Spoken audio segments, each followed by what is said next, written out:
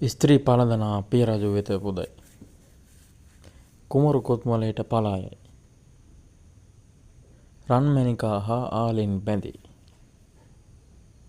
දොටු ගැමුණු රාජප්‍රාප්තිය. ගැමුණු තිස්ස සහෝදර ගැටුම. එලාර රජු. ගැමුණු කුමරු යුද පුහුණුව. යෝධ සේනා සංවිධානය කරන ගැමුණු එලාර යුද්ධ. එලාර බෑනා බල්ලුක ගැමුණු කුමරුට බය වී පලායයි. වේලු සුමන කාන්තදේව යෝධයින් සමග. නන්දි මිත්‍ර සොරනිමල මහා සෝන ලබිය වසඹ ගෝඨයිම්බර ජයසේන යකු හා සටන් කරයි. තේර පුද්ධාවය